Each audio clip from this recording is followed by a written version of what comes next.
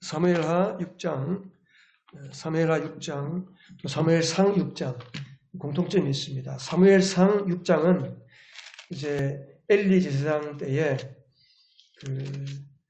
블레셋과의 싸움을 할 때에 그들에게 블레셋이 지니까 사람들이 하나님의 교회 언약궤를 메고 전쟁터로 나갔다가 블레셋에 뺏겼습니다. 그래서 블레셋에 뺏겼는데 그 블레셋 사람들이 자기들의 신당에 다곤 신전에다 하나님의 궤를 갖다 놨는데 다곤 신상이 밤새 자고 일어나니까 엎어지고 또 세워놨더니 밤새 자고 일어나니까 또 엎어져서 모가지가 부러지고 팔목이 부러지고 또 그 언약궤가 하나님의 궤를 두리워서 옮기는 곳곳마다 전염병이 퍼지고 사람들이 죽고 독종이 생기고 사람들이 몸에 피부병이 생기고 악성 전염병이 생겼어. 그래서 할 수 없이 그들이 하나님의 궤를 이제 갓 젖된 어미소 2마리에게다가 수레에다가 태워서 언약궤를 이스라엘 땅으로 보냈습니다. 기럇 여아림이라고 하는 곳으로 왔는데 그 기럇 여아림에 왔는데 사람들이 언약궤가 뭔지 궁금하니까 들여다보다가 57,000명이나 죽었어요. 하나님의 언약궤는 만지지도 말고 들여다보지도 않습니다. 왜냐하면 그것은 하나님이 이곳에 계신다는 임재의 상징입니다.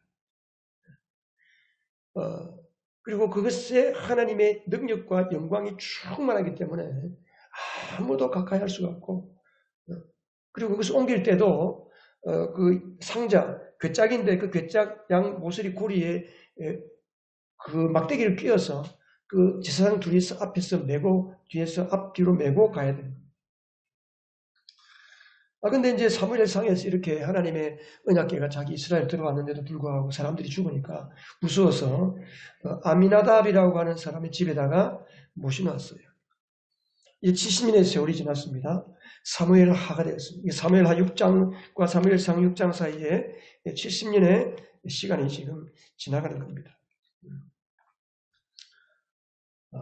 이제 다윗이 남과 북을 통일하고 다윗 왕국을 건설했습니다. 그리고 이제 여부스 족속이 살고 있는 천혜의 요새가 있습니다. 해발 800m. 중동 지방은 우리는 낮은 지대, 평평한 지대가 좋은 사람 살기 좋은 동네인데 무슨 워낙 날씨가 덥기 때문에 높은 언덕이 높은 산 위에다가 마을이 형성이 됩니다. 예루살렘도 해발 800m의 아주 천혜의 요새입니다. 다윗이 여부스 족속을 내쫓고 예루살렘을 이제 새로운 수도로 천도했습니다. 통일왕국의 면모를 갖췄습니다. 다윗은 왕이 되어서 나라를 다스리지만 다윗은 항상 이 나라를 다스리시는 분은 하나님이시다. 나의 왕은 하나님이시다. 우리의 왕은, 이스라엘의 왕은 내가 아니고 하나님이십니다. 그 믿음을 가지고 사는 사람입니다. 그러다 보니까 이제 언약궤, 하나님이 이곳에 계신다는 상징하는 하나님의 언약궤를 다윗성에 베들레헴 다윗성에 좀 모셔오고 싶은 거예요. 그래서 사람들을 불러서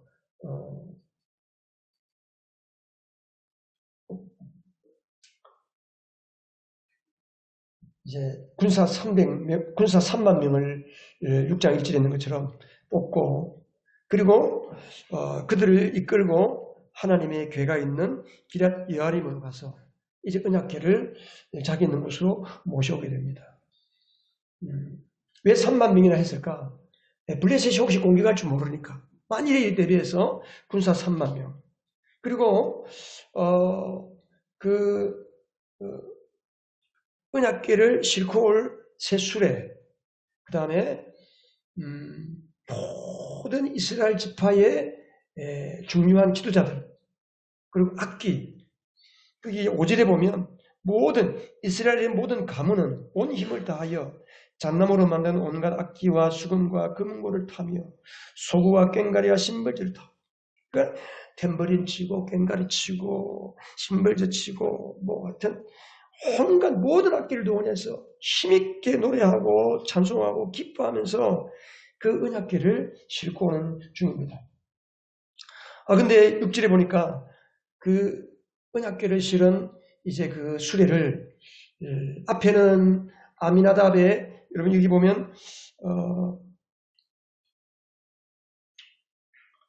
2절에 3절에 보면 아미나답의 두 아들 우사와 아히오가 그랬어요.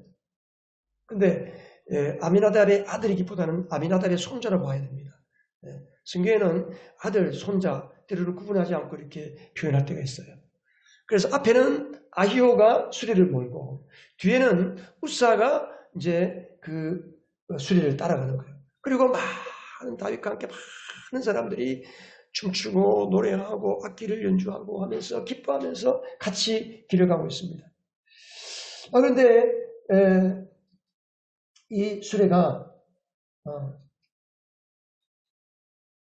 나곤의 타작마당에쯤에 왔는데 갑자기 소가 두 마리가 앞에서 펄쩍펄쩍 뛰는 거예요.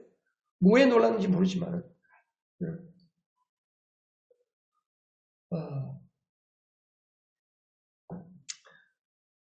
그러니까 수레가 흔들릴 거 아니에요. 수레에 실은 언약궤가 넘어지 떨어진단 말이에요. 그러니까 뒤 따라가던 우사가 하나님의 언약궤를 떨어지지 않도록 붙잡았어요. 근데 언약궤를 붙잡는 즉시 하나님이 그를 치셨어요. 하나님이 그를 때렸다 했어요. 즉사했어요. 그 자리에서. 사람들이 깜짝 놀랐습니다. 이게 무슨 일이냐? 이게 무슨 일이냐? 하나님이 기뻐하지 않는 건가? 이게 무엇인가? 그리고 다윗은 화를 냈다고 그랬습니다. 그리고 두려워서 그 언약궤 옮기는 일을 중단하고 오벳 에돔이라고 하는 이 에돔이라는 이름은 에스의 후손들이에요. 에스의 후손. 오벳이라 말은 붉다는 겁니다.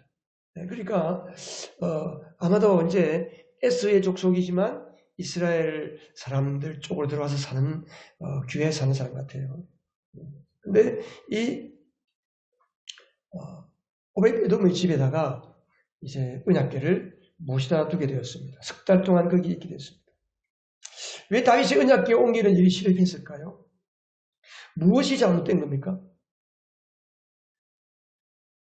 왜 하나님이 진노하셨을까? 왜 하나님이 우사를 죽이셨을까? 오늘 이야기에서, 오늘 하나님의 말씀, 성경 이야기에서 하나님이 하시고 싶은 말씀이 무엇일까? 오늘 우리 시대, 예수님을 믿고 사는 우리 시대에 사는 사람들에게 뭘 말씀하실까? 여러분, 하나님의 언약궤는 뭘 뜻한다 그랬어요? 네? 우리 오정숙 주사님, 오집사님, 하나님의 언약궤는 무엇을 뜻한다고 그랬어요? 네. 눈 딱 뜨고 제가 딱 바로 봤어요. 네. 하나님의 언약궤는 하나님의 임재. 임재가 뭐예요? 임재. 하나님이 나에게 계신다는 거예요. 하나님이 여기 계신다는 거예요. 요한복음 1장 14절에 보면 말씀이 육신이 되어 우리 가운데 거하심에 말씀이신 하나님이 우리 가운데 몸을 입고 우리 가운데 거하신다. 이 말은 헬라어 원어로 보면 텐트를 친다 그런 뜻이에요. 성막을 친다. 하나님이 임재하신다 그런 뜻입니다. 드웰링, 우리가 함께 살고 있다 그런 뜻입니다. 오늘 우리가 예수 그리스도를 믿으면 예수님이 우리 안에 들어와 사십니다. 우리 신앙생활에 가장 중요한 거, 신앙의 DNA가 뭐라고 그랬어요? 제가 오래전에 한번 설교하면서 이야기했는데 혹시 기억하고 계세요? 신앙의 DNA는 그리스도의 임재, 구원과 그리스도의 임재입니다. 예수 그리스도의 임재, 내 안에 주님이 살고 계신다는 그 그리스도의 임재가 우리 신앙의 DNA입니다. 우리의 신앙을 계속해서 복제하고 우리의 신앙을 계속해서 살게 만드는 그 핵심이 뭐냐?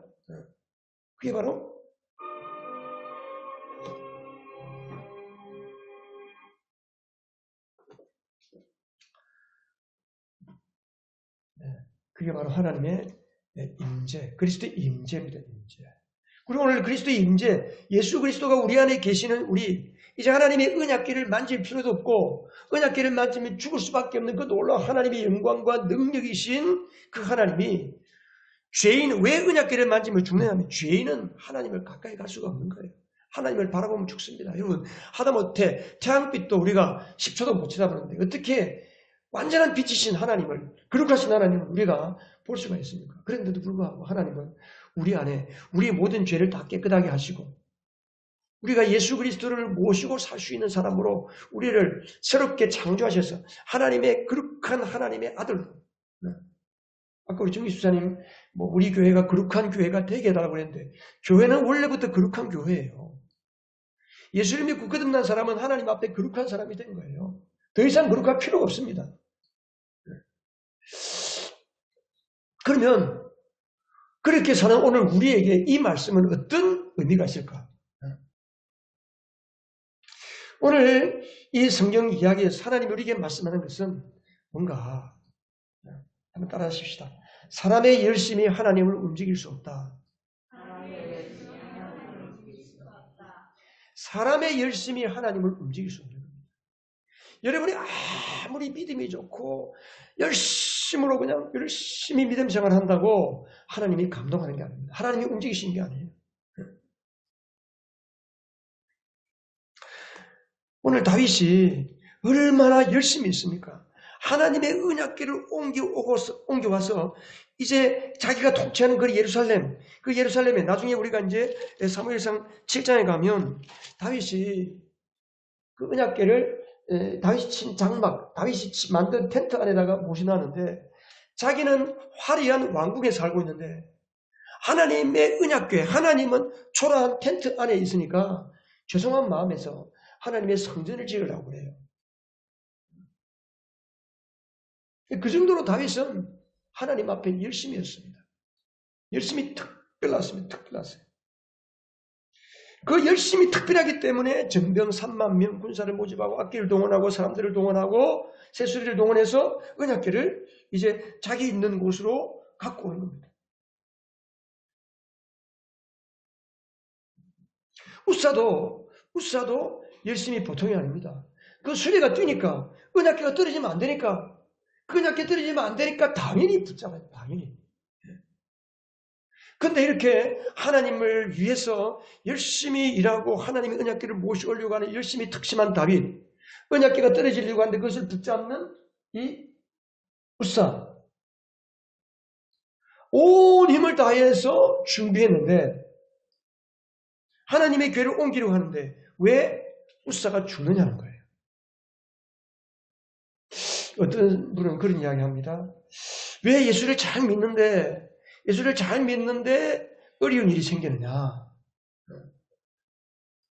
우리 교회가 그 어떤 다른 교회보다도 참 신앙생활을 잘하고 우리 성도들이 다 착하고 하나님을 잘 믿는 것 같은데 예언교회가 좋은 교회 같은데 왜 교회가 부흥을 하지 않느냐. 수자적으로 사람이 늘어나지 않느냐.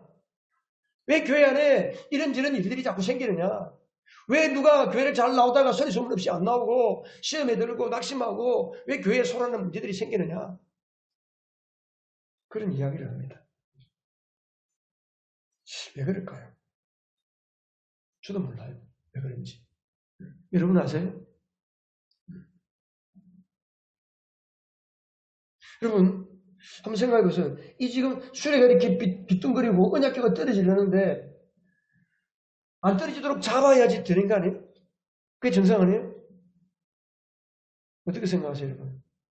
그냥 놔둬야 됩니까? 잡아야지. 당연히 잡아야지. 당연히 잡았는데 왜 하나님이 우사를 죽이실까?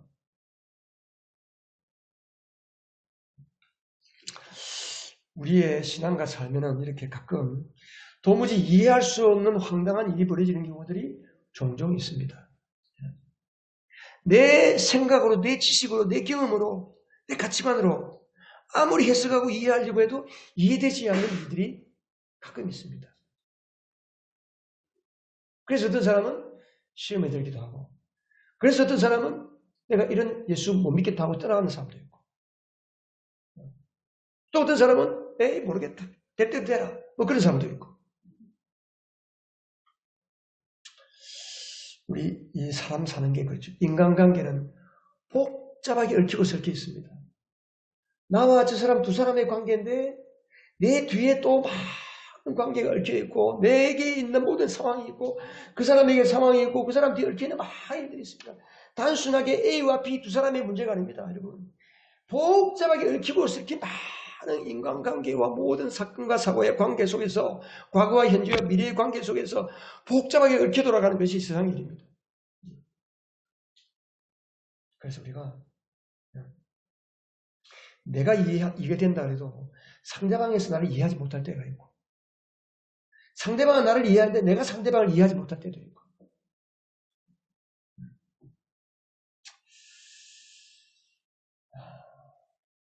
그렇기 때문에 그러므로 우리가 한 가지 기억을 할 것은 나는 하나님이 아닌 거예요. 하나님이 아니라. 하나님은 다 알고 계십니다. 왜 내 삶에 이런 일이 생겼는지 갑자기 왜 이런 일들이 터지는지 하나님은 다 알고 계세요. 나는 하나님이 아니기 때문에 몰라요. 막 꼬이고 힘들고 그냥 막 일이 이상하게 돌아가고 여러 가지 복잡한 일들이 생길 때 그럼 우리가 어떻게 해야 됩니까? 하던 일을 잠깐 멈춰야 돼. 하던 일을 잠깐 멈추고 이게 하나님의 뜻이 아닌가 보다. 하나님이 기뻐하지 않는가 보다. 내가 모르는 하나님의 또 다른 뜻이 있는가 보다. 스톱하고 하나님께 물어봐야지. 그리고 하나님 앞에서 잠잠히 나를 돌아봐야지. 다윗이 그래서 언약궤를 옮기려고 가다가 오벳에돔의 집에다가 그냥 잠깐 뭐가 너무 두렵다. 너무 겁이 난다. 왜 이런 일이 생겼느냐? 왜 이런 일이? 그것은 다윗의 열심이 하나님보다 앞섰기 때문입니다. 내 신앙적인 열심이 하나님보다 앞서면 항상 문제가 생기게 돼 있어요. 나는 열심히 신앙생활하고 막 교회를 위해서 막 죽기 살기로 일하고 막 그냥 밤낮 가리지 않고 열심히 일하고 또 그냥 내 없는 돈에 내 힘에 버겁도록 힘에 넘치도록 내가 헌금하고 그렇게 주님의 교회를 섬기고 애를 쓰는데 내 삶에 하나님이 복 주시지 않고 도리어 이상한 일이 생긴다.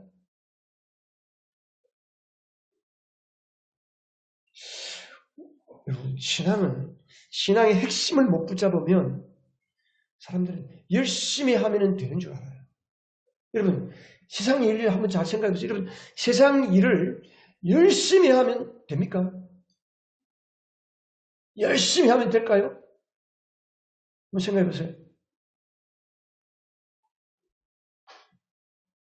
여러분 인생은 속도가 아니고 방향입니다. 여러분. 잘못된 방향으로 열심히 달려가면 아무리 수고해도 열매가 없는 거예요. 방향을 바로 잡아야 되는 겁니다. 우리가 아무리 열심히 한다고 해도 하나님의 뜻과는 상관이 없이 열심을 내면 오늘 같은 일이 일어나는 겁니다.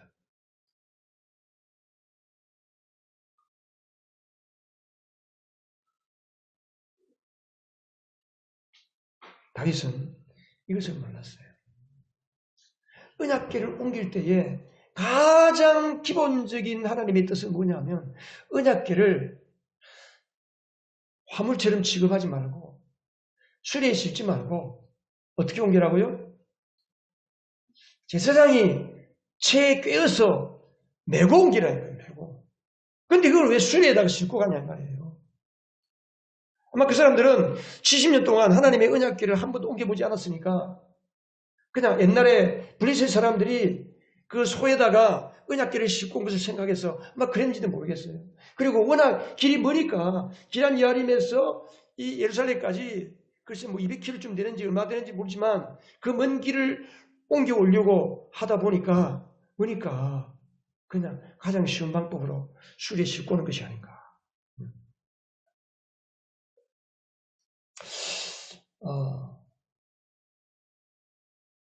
예전에 보면 우리나라 그 사극에 보면 사람을 옮길 때 어떻게 가요? 뭘 타고 가요? 가마를 타요. 가마를. 사람들이 이렇게 가마에 태워서 가잖아요. 높은 어른들은 가마에 태워서 왕도 갈 때는 가마에 태워서 이렇게 가고 왜 가마에 태워서 갈까요?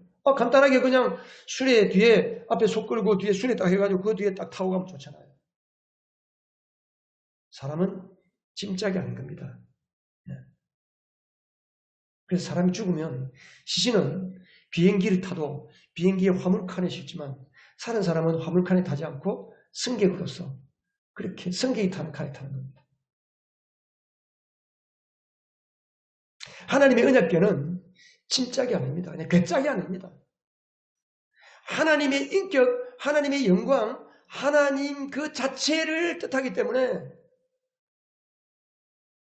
사람이 메고 가는 겁니다. 여러분, 저는 그렇게 생각했어요. 여러분, 언약궤가 저렇게 떨어졌다? 하나님이 지키실 것 같아요. 안 깨진다. 저는 안 깨질 거라고 생각해요. 하나님이 지키기 때문에. 하나님의 영광은 하나님이 홀로 지키십니다. 우리가 뭐 조금 더 한다고 하나님의 영광이 더 커지고, 우리가 뭐 좀 잘못한다고 하나님의 영광이 좀 줄어들고, 여러분, 그런 분 아니에요, 하나님은.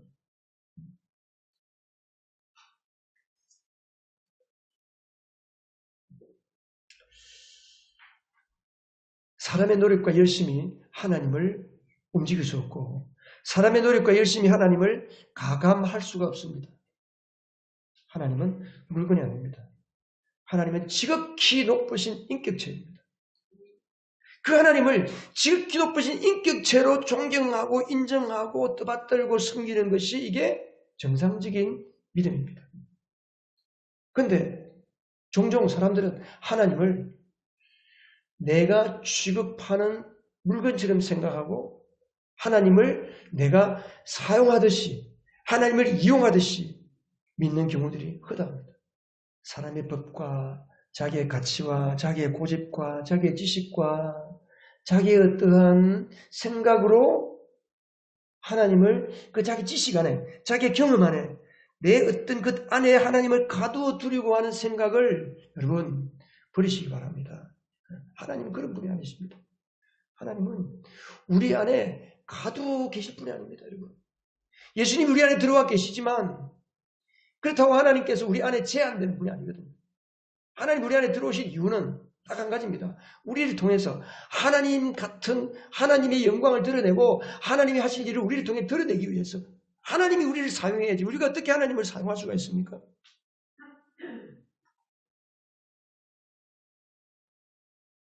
그래서 종교적인 열심, 내가 가진 어떤 신앙적인 열심, 종교적인 열심, 이 종교적이라고 하는 말은 내가 하나님을 이용하겠다는 거예요. 내가 하나님 앞에 뭔가 노력하면 그 대가로 받는다. 이게 이제 종교입니다, 종교. 우리 기독교도, 우리 신앙도 자칫하면 종교적인 신앙으로 때릴 수가 있어요. 그러니까 종교적인 열심, 이 종교적인 열심은 자기 만족은 가져올 수 있습니다. 왜? 열심히 새벽기도 하고 그렇잖아요. 저도 마찬가지입니다만 새벽기도 하고 가면 마음이 기분이 너무 좋고요. 아주 마음이 상쾌합니다. 찬양 한점하고 나면 너무 기쁘고 감사해요. 근데 그것 때문에 찬양하고 그것 때문에 새벽기도 하는 건 아니잖아요. 그래서 종교적인 열심은 자기 만족은 줄 수 있을지 몰라도 하나님의 뜻을 이루는 것하고는 조금 달라요. 근데 하나님을 인격적으로 의지하고 정말 하나님의 영광에 사로잡혀서 하나님이 나를 사로잡아 주시고 하나님이 나의 생명을 이끌어 주시고 하나님이 나의 호흡을 하게 하시고 하나님이 나의 심장을 뛰게 하시고 하나님이 오늘도 나의 삶을 주님께서 이끌어 주시기를 원하고 사모하는 그런 마음 있는 사람은 아침에 일어나서 새벽에 주님 앞에 기도하고 다윗도 시편 5편에 보면 새벽에 하나님이 내 기도를 들으신다. 내가 새벽을 깨우리로다. 다윗이 그랬거든. 하나님을 인격적으로 섬기는 거예요.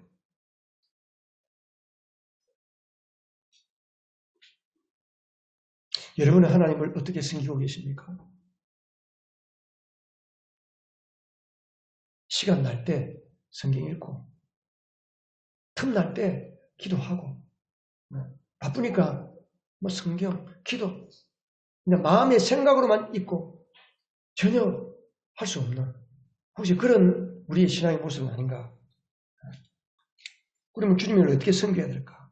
어떻게 주님을 섬겨야 될까? 사도 바울은 열심에 있어서 둘째가라면 서러운 사람입니다. 빌립보서 한번 넘어가보세요. 신약성경 빌립보서를 가면 바울이 빌립보 3장에 가면 3장 4절로 6절 같이 한번 읽어보겠습니다. 앞에 스크린에 있습니다. 하기야 나는 육신에도 신뢰를 둘만합니다. 다른 어떤 사람이 육신에 신뢰할 둘만한 것이 있다고 생각하면 나는 더욱 그래합니다. 그러니까 육신을 신뢰한다는 말은 자기를 의지하고 자기 노력, 자기 열심을 한다는 거예요. 자기 열심. 자기 열심을 의지하는 것을 다른 사람이 그러는 것은 나는 더욱 더 그렇다는 거죠. 5절 나는 난지 8년 만에 할례를 받았고 이스라엘 민족 중에서도 베냐민 지파고 베냐민 지파라고 말하는 것은 이 베냐민 지파가 어떤 지파입니까 여러분?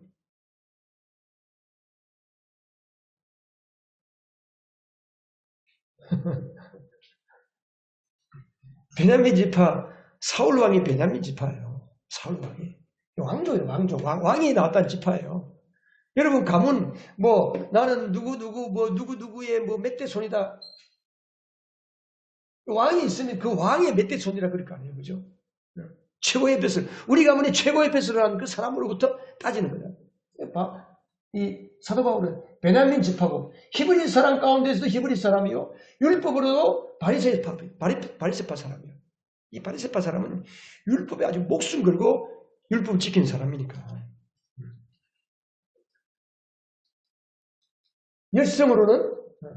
열성으로는 교회를 박해한 사람이에요. 그 이단 같은 예수 믿는 사람들이 이단 같은 예수가 나타나고 그 예수 믿는 사람들이 있으니까 그 예수 믿는 사람을 잡아 죽이려고 쫓아다녔던 박해하는 데 앞장섰던 사람. 율법의 의로는 흠잡을 데가 없는 사람. 하나님 앞에 율법으로는 흠잡을 데가 없었다는 거예요. 모든 율법을 다 지켰다는 거예요.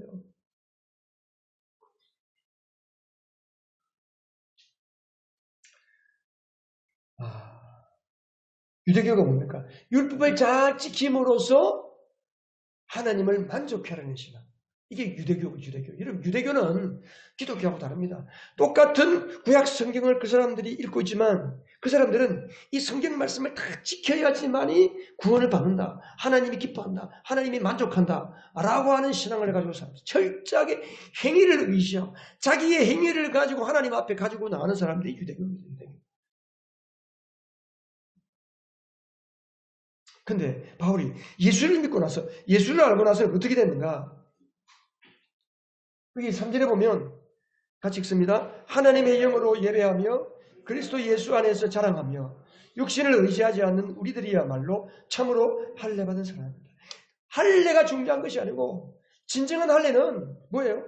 하나님의 영으로 예배하는 하나님이요. 예배할 때 그냥 앉아있는 게 아니고 지금 목사님의 설교 소리가 사람의 소리가 아니고 하나님이 지금 나에게 하시는 음성이다. 하나님의 영 성령께서 내 안에 계신 성령께서 저 목사 김홍일 목사의 하는 이야기를 통해서 나에게 지금 뭘 말씀하시는가? 라고 성령을 의지하면서 말씀을 듣는 이것이 영으로 예배하는 거예요.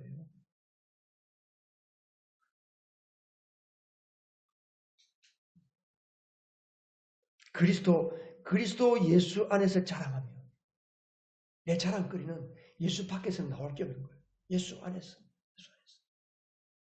육신을 의지하는 우리들이 그러니까 바울이 육신을 의지하는 그러니까 예수를 믿고 난 다음부터 9절 8절에 뭐라고 그랬습니까? 8절에도 성경 있으면 같이 한번 읽어볼까요? 빌립보 3장 8절 그뿐만 아니라 7절 나는 내게 이루었던 무엇이든지 그리스도 때문에 해로운 것으로 여기게 되었습니다.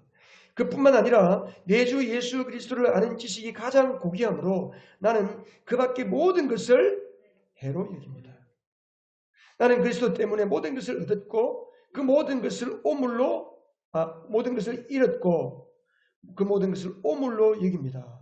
나는 그리스도를 얻고 그동안 바울이 자랑하던 예수 믿기 전에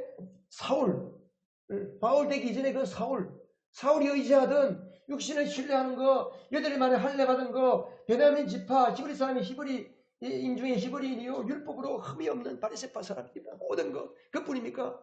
그 당대의 가장 유명한 박사, 학사, 지도자였던 가말리엘이라고 하는 그 수석 문화생, 젊은 사람으로서 이 젊은이가 예루살렘에서 독보적인 존재. 그런데 예수를 알고 나서는 그 모든 것을 배설물로 여겼다. 오물로 여겼다. 쉽게 말하면 뭘로 여겼다는 거예요? 똥으로 여겼다는 거예요. 여러분, 저도 여러분도 다 그렇게 되기를 축복합니다. 여러분, 예수 안에 있는 구원만 받으면 여러분, 우리의 인생은 다 끝나는 거예요, 그냥. 구원을 제대로 받지 못하고 그냥 구원의 은혜리만 맴돌고 있고 구원의 진짜 그 구원의 참된 그 구원의 맛과 구원의 은혜를 모르니까 우리가 예수를 마음에 모시고 살아도 구원이 뭔지 모르니까 거지가 왕자로 입양되어서 여전히 거지처럼 살려고 하는 것하고 똑같은 거예요. 우리 삶이. 그래서 자꾸만 예수를 믿고 나서도 내 열심을 의지하는 거예요.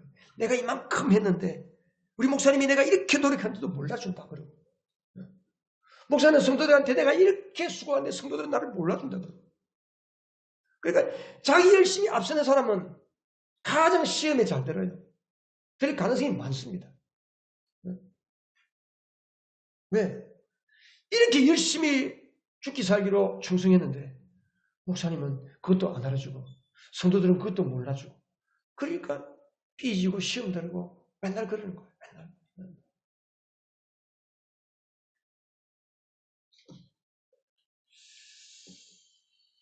왜 우리가 하나님보다 앞서갈까요? 왜 우리가 하나님보다 하나님의 뜻과는 관계없이 내 열심히 하나님을 자꾸 앞서가게 될까요? 왜 그럴까요, 여러분?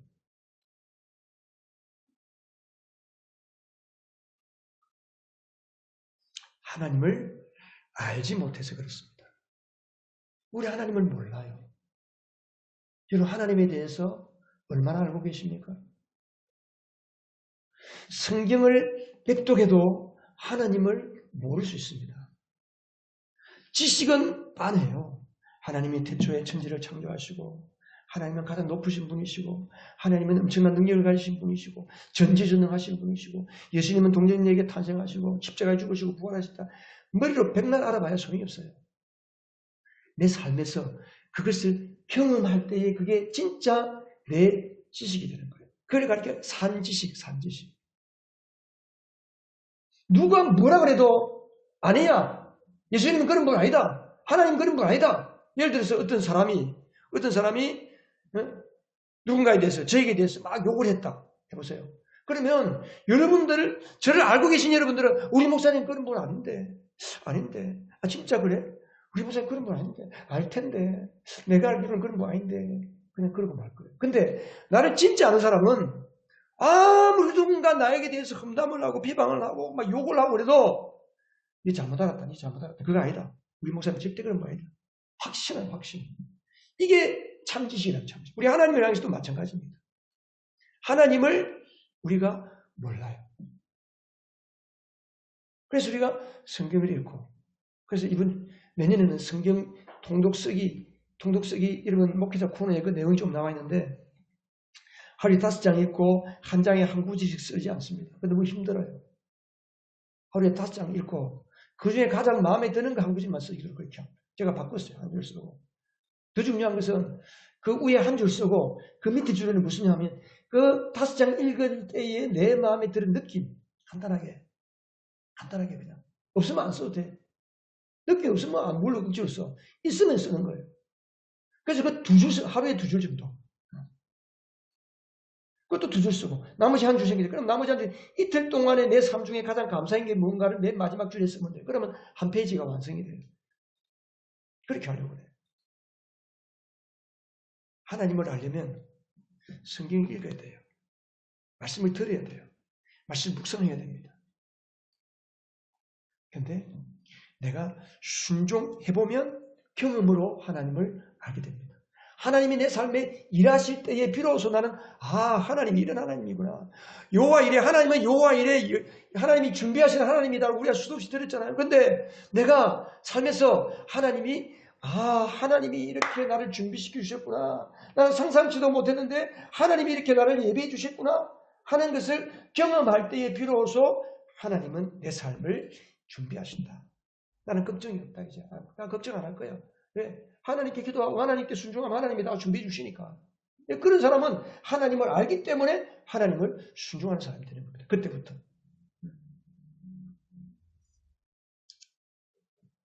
여러분, 우리의 지식이 얼마나 대단할까요? 우리의 지혜가 얼마나 대단합니까? 고린도전서 1장 25절에 보면,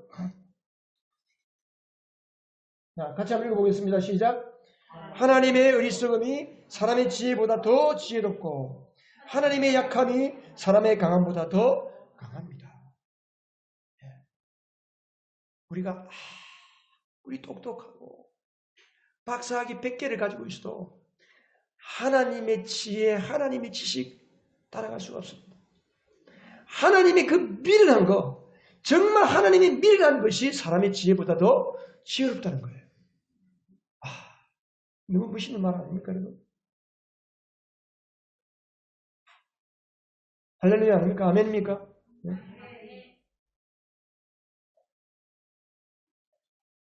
그 하나님이 내 안에 계신 거예요. 하나님의 약함이 사람의 강함보다 더 강하다. 나는 아무리 약해도 내 안에 계신 하나님이 예수님이 강하시기 때문에 나는 아무리 약해도 나는 괜찮아. 왜? 내 안에 계신 예수님이 강하시기 때문에. 내 지식, 내 수단 방법이 하나님을 감동시킬 수 없습니다. 호세아서 6장 1절에 보면, 6장 3절에 보면 하나님을 알자, 힘써 하나님을 알자 그랬습니다. 믿음은 뭡니까? 따라 시작. 믿음은 은혜를 따라갑니다. 그러므로 믿음은 우리가 내 노력을 앞세우고 가는 게 아니고 믿음은 은혜를 따라가는 거예요. 여러분, 은혜가 뭡니까? 은혜라는 거죠. 여러분, 예배 드리고 은혜 많이 받았다. 그럼 은혜가 뭐예요? 감동 좀 받고 좀 느낌이 있고 좀 뭔가 좀 뭉클하고 뭐 그게 은혜입니까, 여러분? 아니요. 은혜라는 건 뭐냐 하면 은혜는 내 안에 계신 주님이 나를 통해서 흘러나오는 것이 은혜예요. 목사님이 오늘 설교를 들었는데 내 안에 계신 주님이 오늘 목사의 설교를 통해서 나에게 흘러나오는 거예요. 나에게 깨닫게 해주시고 나에게 도전을 주시고 내가 미처 몰랐던 것을 알게 해주시고 내 삶 밖으로 흘러나오는 거예요. 그 은혜를 가지고 내 집에 들어가서 하나님의 은혜를 흘러내게 하는 것이 이게 또 은혜예요. 믿음이 뭐냐? 믿음은 내 안에 살고 계시는 그 예수 그리스도께서 흘러나가도록 내가 허락하는 것. 이게 믿음이에요. 내 안에 예수님이 아무리 잘 계셔도 내가 허락지 않으시면 예수님이 안 나타나. 그게 뭐예요? 순종이에요, 순종. 믿음으로 내 안에 주님이 계시다. 내 안에 주님이 나의 지혜보다 훨씬 더 지혜롭다. 내가 아무리 공부를 못하고 내가 아무리 뭔가 잘한데도 이제부터는 내가 주님을 의지하고 내 안에 계신 주님이 강하고 내 안에 계신 주님이 지혜롭기 때문에 나는 주님을 의지하면서 주님을 따라 살겠다. 라는 믿음을 가지고 내가 믿음으로 행할 때에 그 은혜가 흘러나오는 거예요.